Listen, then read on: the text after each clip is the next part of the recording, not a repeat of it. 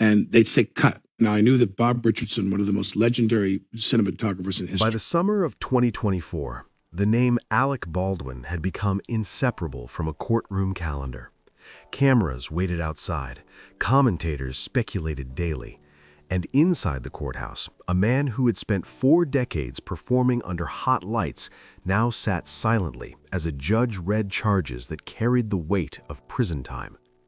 18 months, that was the number echoing in every headline.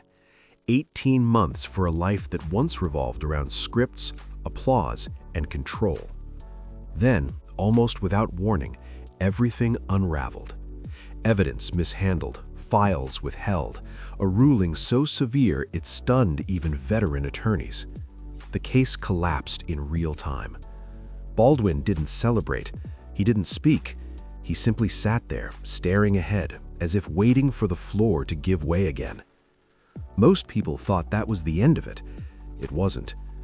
In January 2025, Baldwin did something few expected.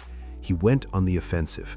He filed suit against the very system that had tried to imprison him, accusing prosecutors of misconduct, bias, and reputational destruction. Friends said he had changed, that the man who once lashed out now moved slower, spoke less, slept lightly. What no one realized was that this moment wasn't the beginning of his unraveling. It was the final chapter of a story that had been quietly building for decades. Alec Baldwin did not grow up surrounded by Hollywood ease. He came from Long Island, from neighborhoods shaped by routine, church pews, and Friday night football. Born in April of 1958, he was the oldest of 6 children in a house that never truly went quiet. His father taught history and coached football, a man who believed discipline came before comfort. His mother carried emotion openly, arguing fiercely, loving fiercely, and later channeling that intensity into advocacy after illness reshaped her life.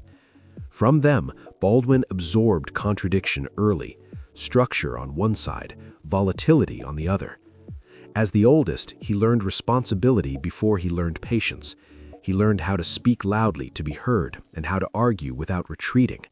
Those habits stayed with him.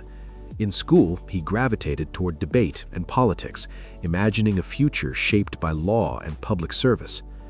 Acting came later, almost accidentally, after friends noticed how naturally he slipped into impressions and characters. When he transferred to New York University, trading political science for performance, it wasn't rebellion, it was recognition. He had found the one place where intensity wasn't a flaw, it was fuel. Early television work trained him under pressure. Soap operas demanded speed and stamina. Theater demanded presence. Film demanded restraint. Baldwin learned all 3 quickly. By the late 1980s, he was everywhere. Movies, stage, television, often playing men who were charming but dangerous, intelligent but unpredictable. That duality wasn't crafted, it was instinctive. Directors noticed it, audiences felt it, and slowly it became his brand. But success didn't soften him. If anything, it sharpened his edges. Baldwin questioned authority on set. He challenged writers. He fought for rehearsal time. Some admired his seriousness. Others labeled him difficult. That word followed him quietly, waiting for moments to grow louder. Marriage amplified everything. Fame magnified private conflict. When personal moments spilled into public view, custody battles, leaked voicemails, confrontations with photographers, the narrative hardened.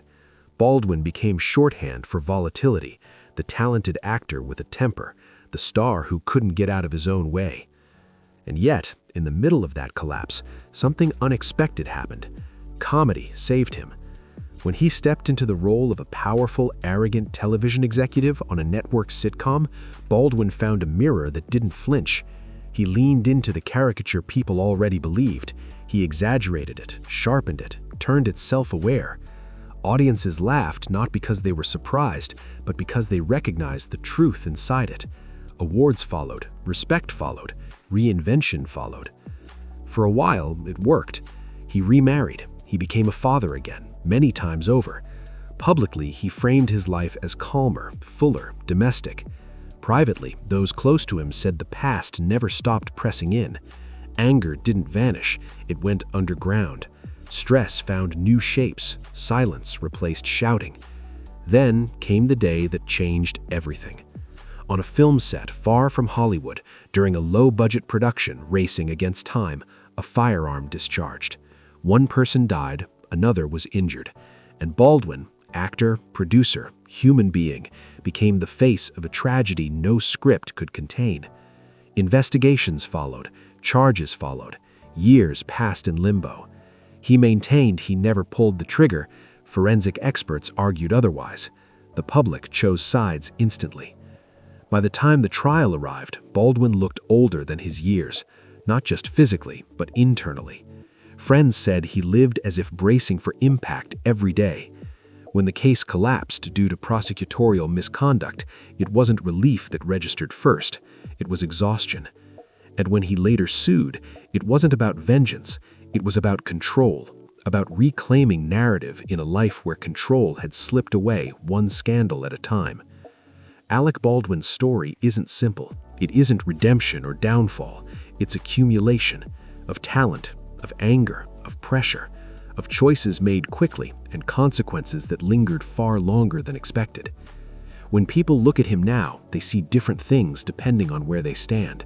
A gifted actor, a reckless figure, a victim of circumstance, a man responsible for unbearable loss.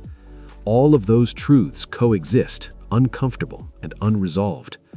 What remains undeniable is this: Alec Baldwin spent his life commanding rooms, shaping scenes, and dominating conversations.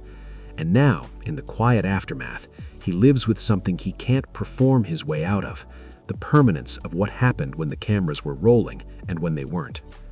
Hollywood loves reinvention. It forgives talent. It forgets nuance. Whether Baldwin's final chapter includes forgiveness or permanent exile isn't